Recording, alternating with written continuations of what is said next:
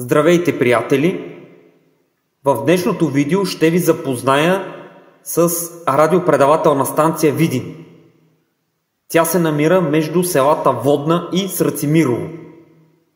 Радиоцентърът се строи с помощта на съветски специалисти, като антените и предавателите също са съветско производство.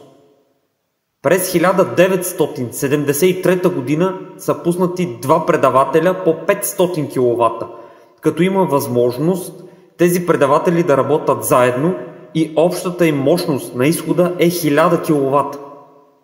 Единият предавател излъчва програма Христо Ботев на Българското национално радио на честота 576 кГц, като използва антенна мачта с височина 260 метра с кръгова диаграма на излъчване.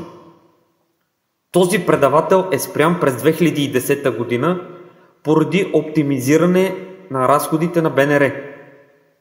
Вторият предавател излъчва на честота 1224 кГц и предава програмите на Българското национално радио на чужди езици за територията на Балканския полуостров. Антената е изградена от 4 мачти с височина 133 метра, като чрез тази антенна система може да се променя посоката на излъчване. В случая азимута е 205 градуса или посока Албания. През 2010 година мощността на предавателя от 500 кВт е намалена на 300 кВт и работи до средата на 2012 година, когато Българското национално радио спира програмите си за чужбина.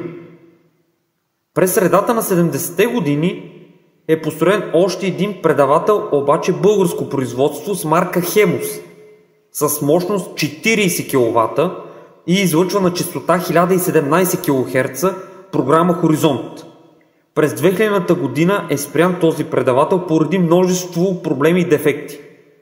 И през 2014 година е демонтирана и антената. През 2013 година е взето решение радиоцентъра да бъде запазен поради два фактора. Първият, че има собствена подстанция от 110 кВ с два независими елпровода. Вторият фактор е, че това е единствената радиопредавателна станция в България, който е построена антенна система тип квадрат, с което може да се променя посоката на излъчване. През 2013 година вторият предавател е демонтиран и на негово място е монтиран нов съвременен дигитален предавател с марка Thomson, френско производство, с мощност 400 кВт. Първият предавател ще бъде като резервен вариант. Новият предавател излъчва програма Хоризонт на честота 576 кГц чрез 260 метровата антена. По-късно се правят тестове чрез двете антенни системи и се стига до извода, че чрез антената тип квадрат се постига по-добро покритие. Азимута на излъчване вече е 115 градуса. На 26 септември 2022 година е демонтирана единичната антенна мачта, като на нейно място е планирано да се изгради фотоволтаичен парк. Към днешна дата предавателят излъчва с мощност около 250 кВт, като резервният предавател също е настроен да излъчва с около тази мощност 250 кВт. Техническа профилактика се излъчва всеки вторник от месеца от 10 до 14 часа.